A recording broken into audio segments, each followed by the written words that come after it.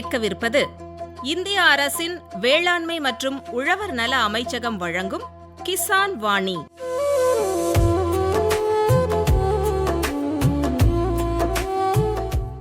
இது உழவர்களுக்கான வேளாண் வானொலி. இந்நிகழ்ச்சியின் விளம்பரதாரர் இந்திய அரசின் வேளாண்மை மற்றும் உழவர் நலத்துறை. ஆஹா, இந்த மழையாலயம் பயிர் பாதிச்சிருச்சே, இப்ப என்ன செய்யறது? கவலைப்படாத நண்பா, பிரதம மந்திரி பயிர் காப்பீட்டு திட்டத்துல சேர்ந்திருக்கியா? ஆமா, சேர்ந்திருக்கேன். PMFBY பாலிசி மூலமா இழப்புக்கு நிதி கிடைக்கும்னு நம்பிக்கையா இருக்கேன்.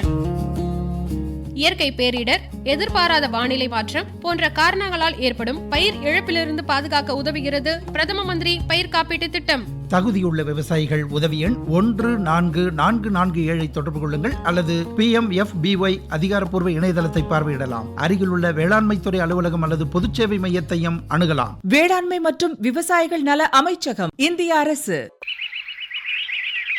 தேனுமா தேனு, தேனு தேனு, தேனுமா தேனு தேனு. அக்கா அக்கா, தேன் வைக்கிறக்கா. ஓ, இங்க வாங்க. இந்த வாரமா. உங்களை தான் 2-3 நாளா எதிர்பார்த்துக்கிட்டே இருந்தேன். ஆட, அப்படியா? அதோ அந்த எதிர்த்த விட்ட அக்கா உங்ககிட்ட தேன் வாங்கினாங்களாமே. ஆமா ஆமா, அந்த அக்கா நல்லா பேசினாங்களே. இதோ இந்த மாதிரி ஒரு பாட்டில் தேன் வாங்கினாங்க. அவங்க தான் உங்களை பத்தியும் நீங்க விற்கிற தேனை பத்தியும் சொன்னாங்க. நானும் ருசி பார்த்தேன். தேனு ரொம்ப பிரமாதமா இருந்துச்சு. எனக்கும் ஒரு பாட்டில் கொடுங்க. இதோ தாரேன். நீங்க தேனை ருசி பார்த்துட்டு தான் வாங்குறீங்க. இருந்தாலும் சொல்றேன், எங்க தேனு சுத்தமான முறையில தயார் செய்யப்படுது. நாங்களே எனக்கு தான் தெரியுமே. நீங்களே தேனீக்களை வளர்த்து அதுல கிடைக்கிற தேனை தான் விற்பனை செய்றீங்களாமே. அந்த அக்கா கூட சொன்னாங்க. அது இருக்கட்டும், இந்த தேனீக்களை எப்படி வளர்த்து பராமரிக்கிறீங்க? அது உங்களை கொட்டிடாதா? இப்படி தேனீக்களை வளர்த்து பராமரிச்சு தேனையும் எடுத்து விற்பனை செய்றீங்களே. வாங்குற எங்களுக்கு சுத்தமான தேன் கிடைக்கிறது நல்ல விஷயம்தான். ஆனா இது உங்களுக்கு வேலை அதிகமாச்சே. அக்கா, நீங்க நினைக்கிற மாதிரி எல்லாம் இல்ல. நாம பக்குவமா கையாண்டா தேனீக்களை வளர்க்கறது ரொம்ப சுலபம்தான். ஆனா அதுக்கு தேனீக்களோட வளர்ப்பு முறை, பராமரிப்பு, இதுல உள்ள நெளிவு சுழிவுகள் எல்லாம் சரியா தெரிஞ்சு வச்சுக்கிட்டு செய்யணும். இவ்வளோ தூரம் சொல்லிட்டீங்க, அந்த நெளிவு சுழிவையும் சொல்லுங்களேன். சுவாரஸ்யமா இருக்கும் போலயே. அக்கா, தேனீக்களை வளர்த்துக்கிட்டு வர காஞ்சிபுரம் மாவட்டம் சோமங்கலத்தை சேர்ந்த R. ஷியாம்ஜான் அவங்க B. சரவணன் அவங்க கேட்ட கேள்விகளுக்கு என்னெல்லாம் விளக்கம் சொன்னாங்கன்னு கேட்டு தெரிஞ்சுக்கங்க. என்ன நோக்கத்துக்காக சென்னைக்கு வந்தீங்க? எலக்ட்ரிக்கல் வேலை பண்ணிகிட்டு இருந்தேன். அப்புறமா டிரைவராக ஆகணும் அப்படின்னு சொல்லிட்டு வாஞ்சியோட டிரைவர் வேலையில் இறங்கினேன். இறங்கி IRT படித்தேன். டிரைவராக ஒர்க் பண்ணிகிட்டு இருக்கிறேன். பஸ்ஸில் டிரைவராக இருக்கீங்களா? பஸ்ஸில் டிரைவராக இருக்கிறேன். வாரத்தில் 3 நாள் அந்த டியூட்டி. அதை முடிச்சுட்டு இந்த 4 நாள் இந்த எங்கள் அப்பா சின்னதுலேயே இந்த தேனீ வளர்ப்பில் பயங்கரமாக ஆர்வம். எங்கள் தாத்தா காலத்திலே அவங்க ஆர்வம். நான் கண்ணால் பார்த்துருக்கேன் தாத்தா தேனீ வளர்க்குறதெல்லாம். எங்கள் அப்பா வளர்க்குறது. அப்பா 70 வயசு. இன்றைக்கும் ரொம்ப ஒரு 1000 பெட்டிக்கு மேலே இன்றைக்கி அப்பா வச்சுக்கிறாரு. இப்போயும் இருக்கா? இப்போவும் இருக்குது. 1000 பெட்டிக்கு மேலே இருக்குது. எங்கே இருக்குங்க அது? கேரளாவில் இருக்குது. கோட்டயம், தொடுபுழா, பாலக்காடு, இந்த மாரி ஏரியாவில் எல்லாமே வச்சுக்கிறாரு. குறைஞ்சது ஒரு 50 பேர் வேலைக்கு இருக்கிறாங்க அவர்கிட்ட. இன்றைக்கி வேலைக்கு ஆள் இல்லை. இந்த வேலை செய்கிறதுக்கு ஆள் கிடையாது. இப்போ சென்னையில் கூட எனக்கு 100 பெட்டி இருக்குது. 100 பெட்டி இருக்குது. உங்கள் ஊர்லையா? இங்கே ஒரு சோமங்கலத்தில் இருக்குது. இங்கே KVP மூலமாக வரவங்களுக்கு நான் இங்கே கிளாஸ் எடுக்கிறேன். கிளாஸ் பற்றி சொல்லிக் கொடுக்குறேன். தேனி இங்கே ஒரு ஸ்டெப்பில் 50 பேருக்கு இங்கே ட்ரைனிங் கொடுத்து இங்கேருந்து நல்ல முறையில் அவங்களுக்கு ட்ரைனிங் கொடுத்து அவங்களுக்கு பெட்டி கூட எங்கே அலாட்மெண்ட் பண்ணி கொடுத்தாங்க. அந்த பெட்டிக்கு கூட ஃபோன் பண்ணால் நான் தான் போய் அவங்களுக்கு பராமரித்து இந்த மாதிரி பண்ணுங்கள், இந்த மாதிரி எப்பவும் போய் நம்மளால் பார்க்க முடியலை.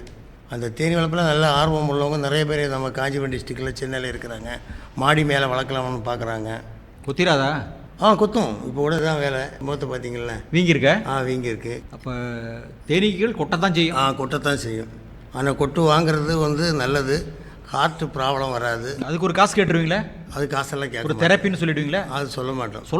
சொல்கிறாங்க காசு சம்பாதிக்கிறாங்க. நம்ம அவங்க நல்லா இருக்கணும் நான் எண்ணிட்டு இருக்கிறேன். அதனால் அதுக்கு நீங்கள் காசு வாங்குறது கிடையாது. யார் வந்தாலும் கொட்டு கொடுக்கலாம்.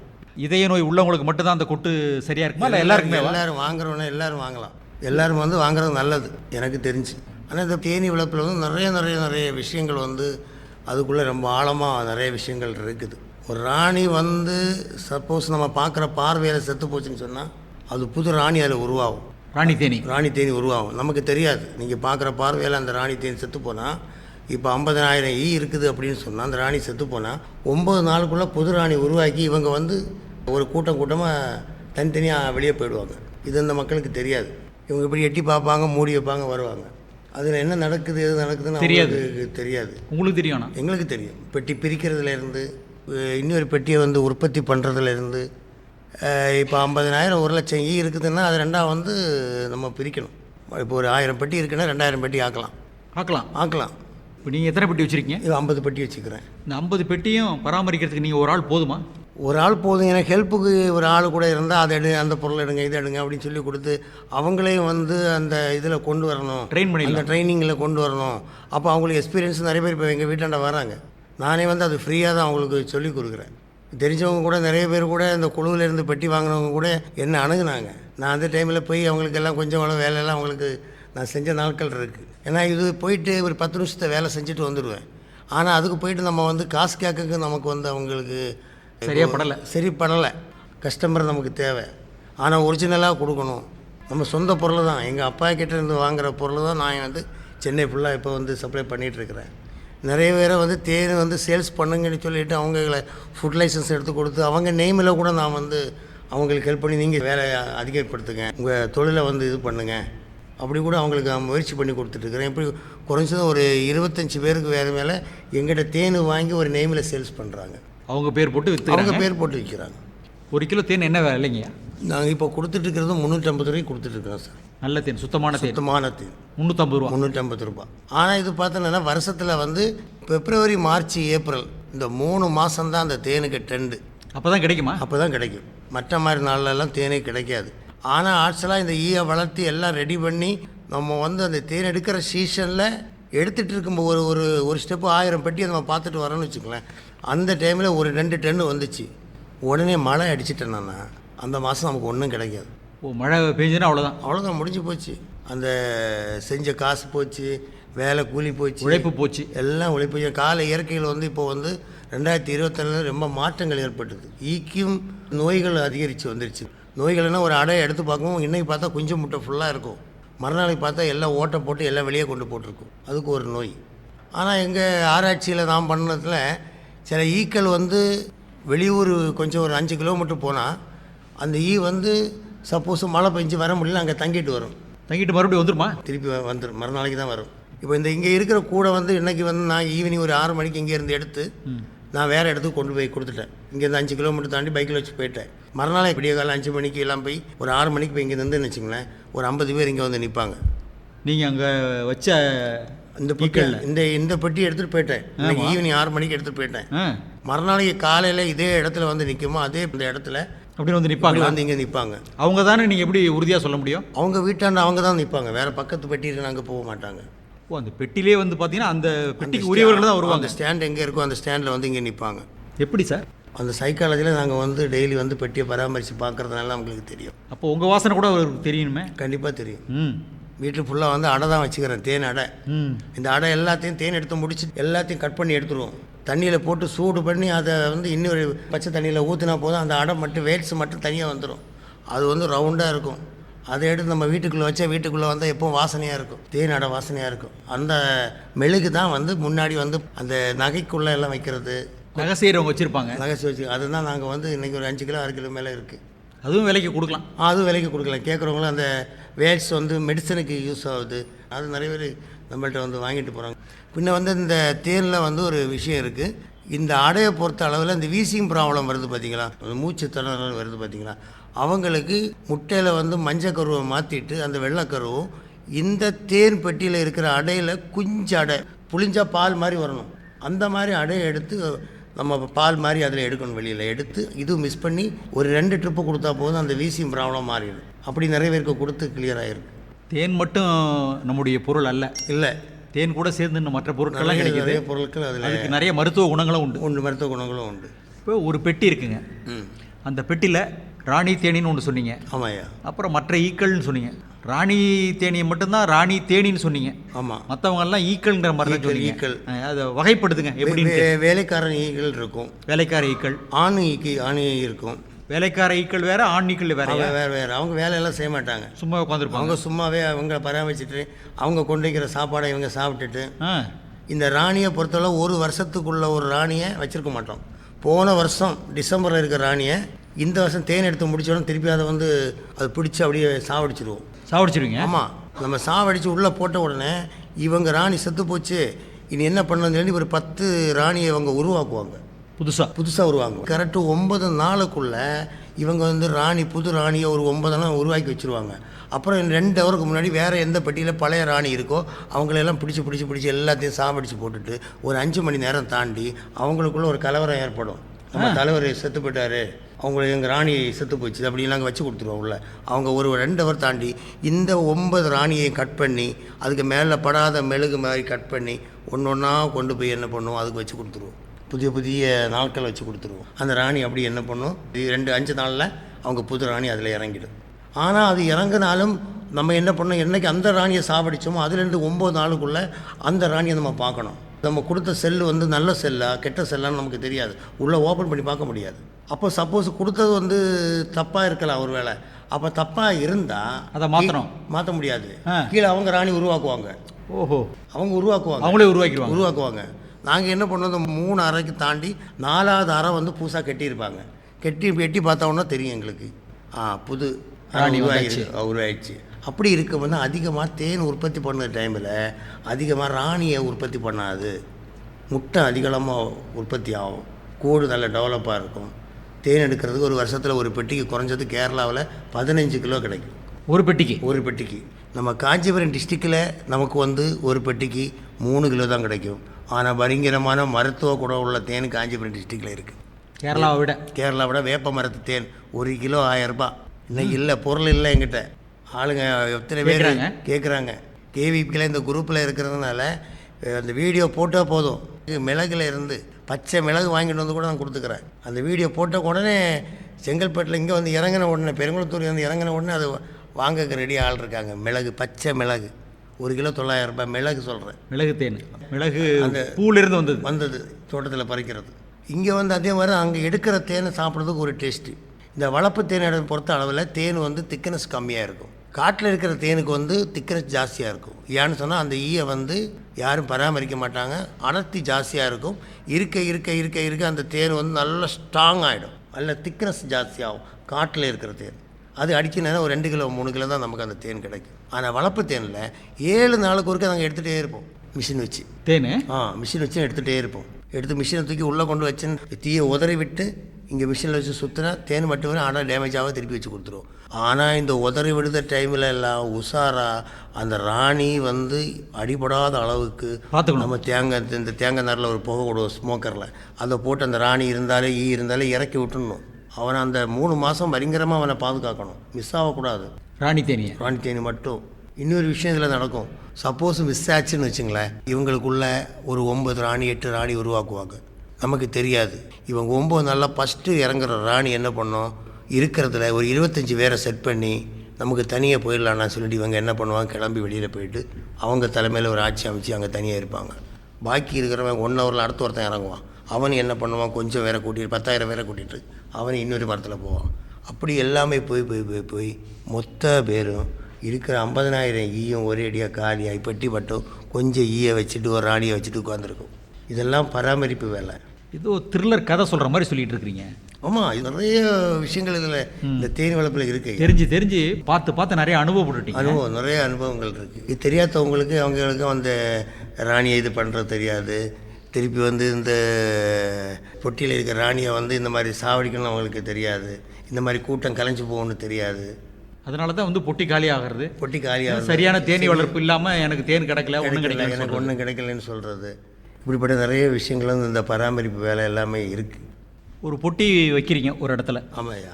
நீங்கள் கூட 20 பொட்டி வச்சுருக்கீங்களா? 50 பொட்டி. 50 பொட்டி வச்சுருக்கீங்க. ஆமாய்யா. இந்த 50 பொட்டியும் ஒரே நாளில் வைப்பீங்களா அல்லது இப்போ நாள் விட்டு வைப்பீங்களா? இல்லை, இப்போ ஒரு தோட்டத்தில் ஒரு 2 ஏக்கர் 3 ஏக்கர் யாருக்காவது தோட்டம் இருந்தேன்னா அங்கே போய் கேட்டு அவங்கக்கிட்ட அவங்க ஓரமாட்டு அவங்களுக்கு டிஸ்டர்ப் இல்லாத இடத்துல வந்து ஒரு 25 பெட்டி, ஒரு 10 பெட்டி வச்சுருவோம். ஒரு 3-4 கிலோமீட்டர் தாண்டி அங்கே ஒரு இடத்துல ஒரு 10 பெட்டி வச்சுருவோம். இப்போ இங்கேருந்து பார்த்தோன்னா எனக்கு குறை தூரத்தில் ஒரு ஸ்ரீபெரும்புத்தூர்லேருந்தே இருக்குது. ஸோ தாமரை வரைக்கும் எனக்கு வந்து பொட்டிகள் இருக்குது. அங்கங்கே வச்சுருக்கீங்க? அங்கங்கே வச்சுருக்கேன், யாருக்கும் டிஸ்டர்ப் இல்லாமல். அங்கங்கே தோட்டம், அவங்களுக்கு கார்டன் இருக்கும் பாருங்கள், அந்த கார்டன்லாம் வச்சுருக்கேன். வாடகைலாம் கிடையாது. நீங்கள் சும்மா வச்சுட்டு போவோம்? சும்மா வச்சுருப்பேன். அவங்களுக்கு தேன் மட்டும் கொடுப்பேன், எடுக்கமாக கொடுப்பேன் தேன். அப்போ அவங்களுக்கு தேவைப்பட்டால் என்கிட்ட வந்து சார் கொஞ்சம் தேன் வேணும்னு கேட்டால் நான் கொடுக்கறதுக்கு அவங்களுக்கு நான் வந்து அவங்களுக்கு கொடுப்பேன். ஏன் இப்போ இது மாதிரி அங்கங்கே வைக்கிறீங்க? அது வந்து ஒரே இடத்துல வைக்க முடியாது சார். இப்போ இந்த பில்டிங் இருக்க ஒரு 5 சென்ட் இருக்குன்னு வச்சுன்னா ஒரு 10 பெட்டி வைக்கலாம். 5 சென்ட்டில் 10 பெட்டி வைக்கலாம்? 10 பெட்டி வைக்கலாம். இப்போ ஒரே ஏக்கரில் இருக்கிற இடத்துல 50 பெட்டி வைக்கலாம். ஒரு ஏக்கரில் 50 பெட்டி வைக்கலாம். ஆனால் நிழல் இருக்கணும், மரம் இருக்கணும், பூ இருக்கணும். வைக்கிற இடத்துல மரம் இருக்கணும். ஏன்னா அதுக்கு ஒரு நிழல் தான் வேணும். மொட்டை மாடியில எல்லாம் வைக்க முடியாது. சென்னையை பொறுத்தளவில் மொட்டை மாடியில் எங்கேயும் வைக்க. இப்போ அம்பத்தூரில் கூட விடிய காலம் போகணும், 3 மணிக்கு போகணும். போய் இந்த பெட்டி இங்கிட்ட 5 பெட்டி கேட்டுருக்குறாங்க. அந்த 5 பெட்டியை வந்து அங்கே கொண்டு போய் அவங்களுக்கு வச்சு கொடுத்துட்டு வரணும். அதுக்கெலாம் எவ்வளோ செலவாகும்? இப்போ வந்து ஒரு பெட்டினா 3000 ரூபா வரும் சார் ஒரு பெட்டி. இப்போ நீங்கள் அந்த ஸ்டாண்டு 5 பெட்டிக்கும் 15,000 வரும். அது வந்து சாயந்தரம் 5 மணிக்கு 6 மணிக்கு தான் அந்த பெட்டியை நம்ம லோடு பண்ண முடியும், வண்டியில் ஏற்ற முடியும். என்ன ஊரில்? இப்போ கன்னியாகுமரியிலேருந்து இங்கே கொண்டு வரணும்னு வச்சுக்கோங்க. ஏன் அதை கன்னியாகுமரியில் ஏற்றுறீங்க? இங்கே செய்ய முடியாதா? பெட்டியில் ஈயோட சேர்த்து சார். ஈயோட வருதா? இப்போ ஒரு இங்கே கஸ்டமருக்கு கொடுக்கணும்னு சொன்னால் அங்கேருந்து ஒரே ஸ்டெப்பில் உங்களுக்கு ட்ராவலில் கொண்டு வர முடியாது. 6 மணிக்கு தான் அந்த பெட்டியை தூக்கி நம்ம வண்டியில் வைக்க முடியும். லாரில் ஏற்றுவீங்களா? பெரிய வண்டியில் ஒரு 100 பெட்டி ஏற்றலாம். சரிங்க. அதில் ஈயோட ஏற்றுவீங்க? ஈயோட ஏற்றுவேன். அந்த ஈ எத்தனை இருக்கும்? அதில் ஒரு 50,000 ஈ இருக்குது ஒரு பெட்டியில். 50,000 ஈ இருக்குது ஒரு பாக்ஸில். அப்படியே தூக்கி என்ன பண்ணுவோம், வண்டியில் வச்சுருவோம். எல்லா லோடெல்லாம் ஏற்றி ஒரு பெட்டியும் ஏற்றி ஸ்டாண்டெல்லாம் ஏற்றிட்டு நேராக என்ன பண்ணுவோம், திருச்சியில் வரும்போது விடியகாலம் 4 மணி ஆகிடும். சரி. அப்போ அங்கே வந்து ஒரு விவசாய நிலத்தை பார்த்து இந்த பெட்டி எல்லாத்தையும் ஒரு 5 அடி கேப்பில் வச்சு பெட்டி எல்லாத்தையும் இறக்கிடணும். கீழே இறக்கிடணும். இறக்கி வச்சுட்டு ஈவினிங் அதே போல் சாயந்தரம் 5 மணிக்கு பிறகு 6-7 மணிக்கு பிறகு திருப்பி ஏற்றினா இங்கே வந்து ஒரு 2 மணிக்கெல்லாம் நம்ம இங்கே வந்து இறங்கிடும். விடிய காலம் கேவிக்கே நல்ல ஒரு பிரயோஜனமாக இருக்குது. இதில் வந்து காலை வச்சத பிறகு தான் இங்கே உள்ள ட்ரைனிங்கும் இன்றைக்கி எங்களுக்கு நல்ல ஒரு துணையாக இருக்கிறது இந்த கேவிக்கே தான். தொடரட்டும்.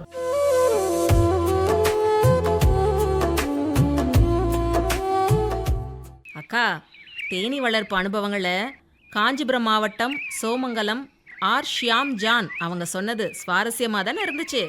ஆஹா, தேனி வளர்ப்பு எவ்வளவு அருமையான விஷயம். இதுல இவ்வளவு நுணுக்கங்கள் இருக்குன்னு இப்ப நல்லா புரிஞ்சுக்கிட்டேன். சுத்தமான தேனை உங்களை போல வாடிக்கையாளர் சந்தோஷமா மனநிறைவா வாங்கிட்டு போறாங்க. நல்ல பொருள் கொடுத்த திருப்தி எங்களுக்கு. அது சரி, அன்னைக்கு கீரை அவரன்னு உங்க தோட்டத்துல போட்ட காய்கறிகளும் விற்பனைக்கு கொண்டு வந்ததா அந்த அக்கா சொன்னாங்களே? ஆமாக்கா, அதுவும் இயற்கை உரங்களை மட்டும் பயன்படுத்தி பயிரிடுறோம். அன்னைக்கு அறுவடை செஞ்சிருந்தோம், அதான் கொண்டாந்துருந்தேன். அட, அப்ப உங்க இயற்கை விவசாயத்தை பத்தியும் கொஞ்சம் சொல்ல, அதையும் கேட்டுக்கிறேன். இயற்கை விவசாயத்திலையும் உங்களுக்கு ஆர்வம் இருக்கா அக்கா? அப்படின்னா இயற்கை வேளாண்மை பற்றின விவரங்களை தேனி காமாட்சிபுரம் சென்டெக்ட் வேளாண் அறிவியல் மைய பயிர் பாதுகாப்பியல் தொழில்நுட்ப வல்லுநர் வி கார்த்திக் பாண்டி அவங்க எடுத்து சொல்றாங்க. இந்த விவரங்களை கவனமா கேட்டுக்கங்க.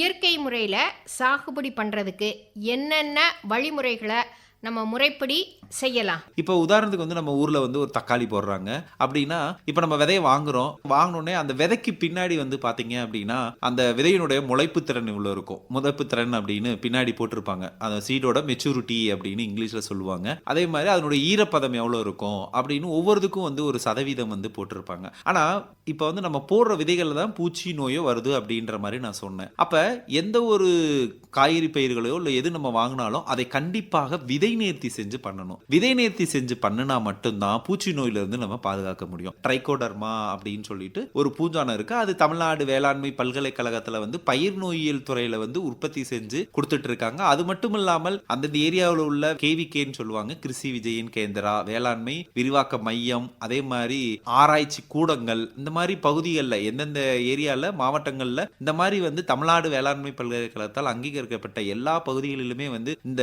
பூஞ்சானங்களோ பூச்சியை தாக்கக்கூடிய மருந்துகள் எல்லா இடத்துலையுமே விற்கிதுங்க. அப்போ நம்ம அந்த பூஞ்சானம் அப்படின்னு வந்து பார்த்தீங்கன்னா இந்த ட்ரைகோடர்மா அஸ்பெரல்லம் அப்படின்னு சொல்லுவாங்க. ஸோ இந்த ட்ரைகோடர்மா அஸ்பெரல்லம் அப்படின்றத நம்ம எப்படி பயன்படுத்துறது, நம்ம வாங்கிட்டோம் எப்படி பயன்படுத்துறது அப்படின்னு பார்த்தீங்கன்னா 1 கிலோ விதைக்கு வந்து நீங்கள் வந்து ஒரு 10 கிராம்ல இருந்து 15 கிராம் வரையும் நீங்கள் அந்த விதைக்குள்ள போட்டுட்டு அதை என்ன பண்ணணும், அந்த விதையில போய் அந்த பவுடர் ஒட்டணும். அதனால கொஞ்சோண்டு கஞ்சி, நம்ம பழைய கஞ்சி இருக்கு இல்லைங்களா, அந்த கஞ்சியை கொஞ்சோண்டு ஊற்றணும் அப்படின்னா, ஏன்னா அது வந்து ஒரு ஒட்டுப்பசைக்காக நம்ம அதை சேர்த்துக்கிறோம். அப்போ நல்லா வந்து விதை நேர்த்தி செஞ்சு நீங்கள் வந்து பண்ணிக்கலாம் அப்படின்றதாங்க. விதை நேர்த்தி செஞ்சு நம்ம பண்ணணும் அப்படின்னா மண்ணில் பரவக்கூடிய அனைத்து நோய்களையுமே கட்டுப்படுத்தும். சரிங்க, இப்போ விவசாயிகள் வந்து இதை எப்படி எல்லாம் போடணும் அப்படின்றத வந்து பார்ப்போம். விதையை வாங்கி வச்சிருப்பாங்க, திடீர்னு டிராக்டர்காரன் வந்துருவான், மழையும் வந்துடும், உடனே உழுதுருவீங்க. ஆனால் விதையை வந்து விதை நேர்த்தி செய்யாமே நீங்கள் வந்து என்ன பண்ணிடுவீங்கன்னா விதைச்சிருவீங்க. அப்போ நம்ம என்ன பண்ணணும் அப்படின்னா, நீங்கள் அந்த விதைச்சு முடிச்ச உடனே அந்த தண்டு முளைச்சு ஒரு 2 இலை 3 இலை பருவத்தில் வரும்போதே இந்த ட்ரைகோடர்மா அஸ்பெரல்லம் அப்படின்ற பவுடர், இது வந்து 2 வடிவத்திலையுமே கிடைக்குது. ஒன்று பவுடர் வடிவத்திலையும் இருக்கு, இன்னொன்று திரவ வடிவத்திலையுமே இருக்கு. இது அனைத்து தமிழ்நாடு வேளாண்மை பல்கலைக்கழகத்திலும் சரி, இல்ல நம்மளுக்கு வந்து பிரைவேட்ல கம்பெனிலையும் சரி நிறைய வந்து வழங்கிட்டு இருக்காங்க. அந்த மாதிரி பொருட்களை வாங்கி வந்து நீங்க பவுடரா எடுத்துக்கிட்டீங்க அப்படின்னா செடிக்கு வந்து 10ல இருந்து 15 கிராம் வீதமாக வந்து நீங்க செடியை சுத்தி போட்டீங்க அப்படின்னா மண்ணில் கூடிய அனைத்து நோய்களையுமே கட்டுப்படுத்திடுங்க. அதாவது நம்ம முதல்ல விதை நேர்த்தி பண்ணலைன்னாலும் அடுத்து ஒரு வாய்ப்பு இருக்கு, அது மாதிரி இருக்குங்க விட்டுட்டா கூட இங்க சரி பண்ணி. தொழில்நுட்பங்கள் வந்து நிறைய வளர்ந்துருச்சு. அப்ப சொட்டு நீர் பாசனம் அப்படின்ற ஒரு புதிய தொழில்நுட்பம் வந்து விவசாயிகள் மத்தியில வந்து நல்ல வரவேற்பு இருக்கு. ஒரு ப்ளூ கலர் ட்ரம், அது வந்து நம்ம கிராமத்துல வந்து 150 லிட்டர் 200 லிட்டர் வந்து தண்ணி கொள்ளளவு பிடிக்கும். அந்த தண்ணியில வந்து நீங்க என்ன பண்ணணும், 1 கிலோ அந்த ட்ரைகோடர்மா அப்படின்ற பவுடரை கொட்டி விட்டுட்டு நல்லா வலதுபுறமாகவும் இடதுபுறமாகவும் கலக்கி விட்டுட்டு நீங்க சொட்டு நீர் பாசனத்தின் வழியாக கொடுப்பதன் மூலமாகவும் நீங்க மண்ணில் பரவக்கூடிய அனைத்து நோய்களையுமே கட்டுப்படுத்திக்கலாம் அப்படின்னு நம்ம சொல்லலாங்க. இப்ப நீங்க சொல்ற இந்த மருந்து வந்து இயற்கை முறையில பண்ணாலும் அது தக்காளிக்கு மட்டும்தானா, இல்ல பொதுவா எல்லா காய்கறி பயிருக்குமேவா? அதாவது விவசாயம் சார்ந்த பயிர்களுக்கும் தோட்டக்கலை பயிர்களுக்குமே நம்ம பயன்படுத்திக்கலாம். பொதுவான இதுதான் நான் சொல்றதுங்க. இப்போ வந்து பாத்தீங்கன்னா அந்த ட்ரைகோடர்மா அப்படின்ற பவுடரை இப்போ சொட்டு நீர் பாசனத்தின் வழியாகவும் வந்து நீங்க கொடுத்துக்கலாம். அப்படி இல்லை என்கிட்ட வந்து நான் வந்து சும்மா ஒரு கொஞ்சம் இடமா தான் வச்சிருக்கேன், ஒரு 40 சென்ட் 30 சென்ட் தான் வச்சிருக்கேன், அப்ப நம்ம என்ன பண்ணணும் அப்படின்னா ஒரு டேங்க் வந்து 10 லிட்டரா இருக்கலாம், 15 லிட்டரா கூட இருக்கலாம். அப்போ 1 லிட்டர் தண்ணிக்கு வந்து நீங்க வந்து ஒரு 20 கிராம் பவுடர் நீங்க போட்டுக்கலாம். அப்போ ஒரு 15 லிட்டர் அப்படின்னா அப்போ 30னா 300 கிராம் அந்த மாதிரி நீங்க வந்து கலந்துட்டு நீங்க வந்து செடிக்கு வந்து அடிச்சீங்கனாலும் உங்களுக்கு மண்ணில் பரவக்கூடிய நோய்களை வந்து கட்டுப்படுத்திடும் இந்த ட்ரைகோடர்மா அஸ்பெரல்லம் அப்படின்ற பவுடருங்க. இது தவிர தோட்டக்கலை பயிருக்கும் இதை பயன்படுத்தலாம்னு சொன்னீங்க, அதுக்கு அளவு மாறுபடுமா? ஆமா, இப்ப காய்கறி பயிர்கள் அப்படின்னு நம்ம பார்த்தோம்னா தக்காளி, பச்சை மிளகாய், வெண்டிக்காய், பாவக்காய், புடலங்காய், இந்த மாதிரி காய்கறி பயிர்களுக்கு 15ல இருந்து 20 கிராம் வரையும் வைக்கலாம். இதே போன்று பல்லாண்டு பயிர்கள், தென்னை மரமா இருக்கும், இல்ல ஒரு திராட்சையா இருக்கும், இல்ல வந்து ஒரு பெரிய வாழை பயிர் பண்ணக்கூடியவங்களா இருக்கும், அதுல வந்து 25ல இருந்து 30 கிராம் வரையும் கூட நம்ம வைக்கலாம். ஆளுக்கு தகுந்த மாதிரி நம்ம உரத்தை கூட்டிக்கிற வேண்டும். அந்த மருந்தை வந்து கொஞ்சம் கூட போட்டுக்கலாம். இதனால வந்து நிறைய பேர் கேட்கலாம், இது கூட போறதுனால ஏதாவது பாதிப்பு வருமா? வராதுங்க. ஏன்னா இது வந்து இயற்கை முறையில தயார் பண்ணக்கூடியதான், மண்ணுல இருந்து தான் எடுக்கிறாங்க, மண்ணுல வந்து குறைந்த அளவுல இருக்கு. நிவர்த்தி செய்யறதுக்காக இதை நம்ம அப்ளை பண்ணி அதை ஈக்குவல் பண்றோம், பேலன்ஸா கொடுக்கறதுக்காக தான் இந்த பவுடரவோ இல்ல திரவ வடிவத்தில் இருக்க இதவோ நம்ம பயிர்களுக்கு வந்து கொடுக்குறோம். இப்ப தக்காளிக்கு நம்ம எடுத்துக்கிட்டோம் அப்படின்னா நம்மளுக்கு வந்து பாத்தீங்கன்னா இலை கருக ஆரம்பிச்சிடும், நல்ல இலை கருகளும். அதே மாதிரி நிறைய பயிர்களில் வந்து இலையில வரக்கூடிய நிறைய நோய்கள் இருக்கும். இப்ப அந்த மாதிரி பயிர்களுக்கு வந்து நம்ம தமிழ்நாடு வேளாண்மை பல்கலைக்கழகத்திலே வந்து பாத்தீங்கன்னா பயிர் நோயியல் துறையில வந்து பேசில்லஸ் சப்டிலிஸ் அப்படின்னு சொல்லிட்டு ஒரு இதை நீங்க வந்து நான் சொன்ன அதே மாதிரி விதை நேர்த்தி செய்யறதுக்கும் நீங்க பயன்படுத்திக்கலாம் பவுடரை. இல்ல வந்து நீங்க சொட்டு நீர் பாசனத்தின் வழியாக கொடுக்கும்போது அதே மாதிரி பவுடரா இருந்தா 1 கிலோ போட்டுக்கலாம். இதை திரவ வடிவத்தில் இருந்துச்சு அப்படின்னா 150 லிட்டர் 200 லிட்டர் தண்ணியில 1/2 லிட்டர் நீங்க திரவத்தை ஊத்துனீங்க அப்படின்னா உங்களுக்கு இலைவெளி பரவக்கூடிய நோய்களை கட்டுப்படுத்தும். இதற்கு முன்னாடி வந்து பாத்தீங்கன்னா சூடோமோனாஸ் ஃப்ளூரசன்ஸ் அப்படின்னு எல்லா விவசாயிகளும் கேள்விப்பட்டிருப்பாங்க. அது இப்ப நடைமுறையில வந்து இல்லைங்க. அது வந்து தமிழ்நாடு வேளாண்மை பல்கலைக்கழகத்தினால வந்து அது வந்து தடை செஞ்சுட்டாங்க, அது பயன்படுத்தக்கூடாது.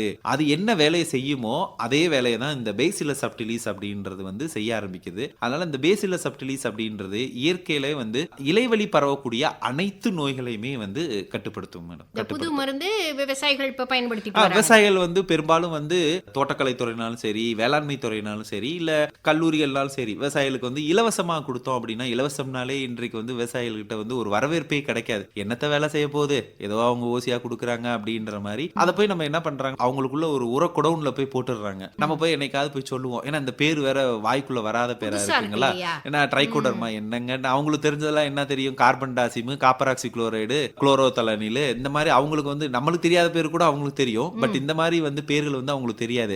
விவசாயத்துறையில கொடுத்துருப்பாங்களே அப்படின்னு சொல்லிட்டு நம்மள கூட்டு போவாங்க அந்த உரக்குடவுனுக்கு. இதை பவுடரானு, அப்ப அந்த பவுடரை தூக்கி போகும்போது பேப்பர் இத்து போய் பவுடர் அப்படியே கொட்டிக்கிட்டே இருக்கும். ஏன்னா விவசாயிகளுக்கு வந்து இலவசமா கொடுத்தா அதனுடைய அருமை தெரியாது. அதனால விவசாயிகள் என்ன பண்றாங்க அப்படின்னா, அந்த மாதிரி பொருளை வந்து இன்றைக்கும் வந்து விவசாயத்துறையிலையும் தோட்டக்கலை துறையிலும் மானிய விலையில விவசாயிகள் கொடுத்துட்டு இருக்காங்க. விவசாயிகள் வந்து அந்த மாதிரி போடாம, கிடப்புல போடாம நீங்க வாங்குற இந்த மாதிரி பொருட்களை வந்து உடனடியா பயன்படுத்திட்டீங்க அப்படின்னா பயன்படுத்தினாதான் நல்ல பலன் கிடைக்கும். பலன்கள் வந்து கிடைக்கும். அதே மாதிரி இதை வந்து நிறைய பேர் கேட்பாங்க, இது எவ்வளவு வருஷம் வச்சுக்கலாம், பல வருஷம், ஏன்னா இந்த வருஷம் வாங்கி அடுத்த வருஷம் தக்காளி போடுறப்ப பயன்படுத்திக்கலாமா அப்படின்லாம் கேட்பாங்க. அப்படி பயன்படுத்தக்கூடாங்க. பூஞ்சான நுண்ணுயிர்களுமே வந்து உடனே வந்து நம்ம பயிர்களுக்கு கொடுத்தோம் அப்படின்னா அதுல நல்ல ரிசல்ட் தெரியும். எதுக்கு நான் அதை சொல்றேன் அப்படின்னா, அதெல்லாம் ஒரு நுண் கிருமிகள் தான். கிருமிகள் வந்து உள்ள இருக்கு. அதை லேட்டாக என்ன ஆகும், இப்ப 100 கிருமிகள் ஒரு டப்பாக்குள்ள இருக்கு அப்படின்னா உடனே கொடுத்துட்டோம்னா அந்த கிருமி வந்து ஆக்டிவா ரொம்ப முனைப்போடு செயல்படும். அதே அந்த கிருமிகளை அப்படியே வச்சுக்கிட்டு ஒரு மாசம் வரை வச்சிருந்தா என்ன, 100 கிருமி இருக்க இடத்துல ஒரு 10 குறையும், 90 ஆகும், அப்புறம் குறையும். அப்ப குறைய என்ன ஆகும், கடைசியில புல்லா செத்து போயிடும். அப்ப அது வெறும்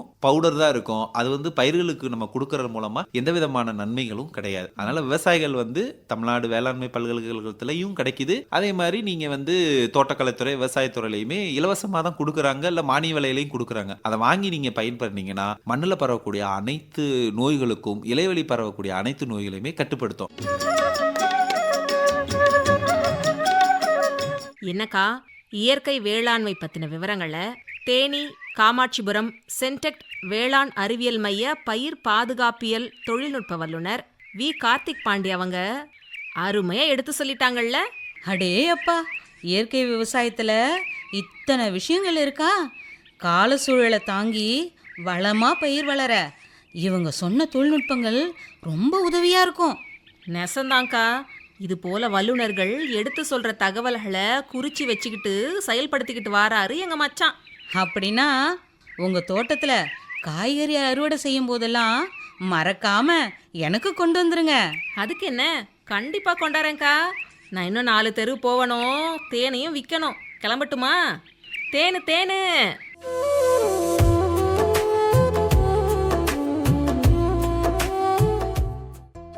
நேயர்கள் இதுவரை கேட்டது இந்திய அரசின் வேளாண்மை மற்றும் உழவர் நல அமைச்சகம் வழங்கிய கிசான் வாணி. இந்நிகழ்ச்சியின் விளம்பரதாரர் இந்திய அரசின் வேளாண்மை மற்றும் உழவர் நலத்துறை.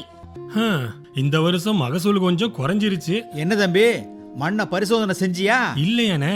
முதல்ல உங்க மண்ணை பரிசோதனை செய்யுங்க. பிரதம மந்திரியின் மண் வள அட்டையால நம்ம மண்ணோட தன்மையை தெரிஞ்சு அதுக்கு ஏத்த மாதிரி எந்த உரம் எவ்வளவு போடணும்னு தெரிஞ்சுக்கலாம். செலவும் குறையும், மகசூலும் கூடும். அட அண்ணே, இது நல்லா இருக்கே. வளமான விவசாயத்துக்கு மண் ஆரோக்கியம் ரொம்ப முக்கியங்கிறீங்க. இப்பவே பக்கத்துல இருக்கிற நம்ம வேளாண்மை துறை அலுவலகத்துக்கு போறேன், மண் பரிசோதனை செய்யறேன், மண் வள அட்டையை வாங்குறேன். நீ கில்லாடி தான் போ. வேளாண்மை மற்றும் விவசாயிகள் நல அமைச்சகம், இந்திய அரசு. இந்த முறை விதை உரம் வாங்க பணம் கிடைச்சது ரொம்ப உதவியா இருந்துச்சு. எப்படிண்ணே? பிரதம மந்திரி கிசான் சம்மான் நிதி திட்டத்துல சேர்ந்தேன். ஆண்டுக்கு 6000 ரூபாய் 3 தவணைகளா நேரடியா வங்கி கணக்குக்கு வந்துச்சுல்ல.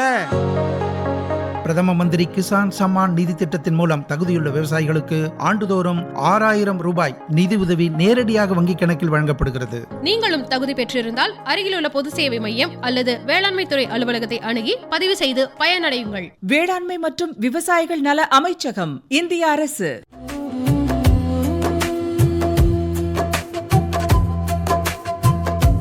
அமைப்பில் உதவி வி. உஷா.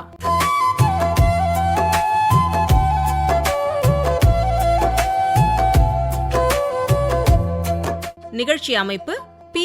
வாசுதேவன்.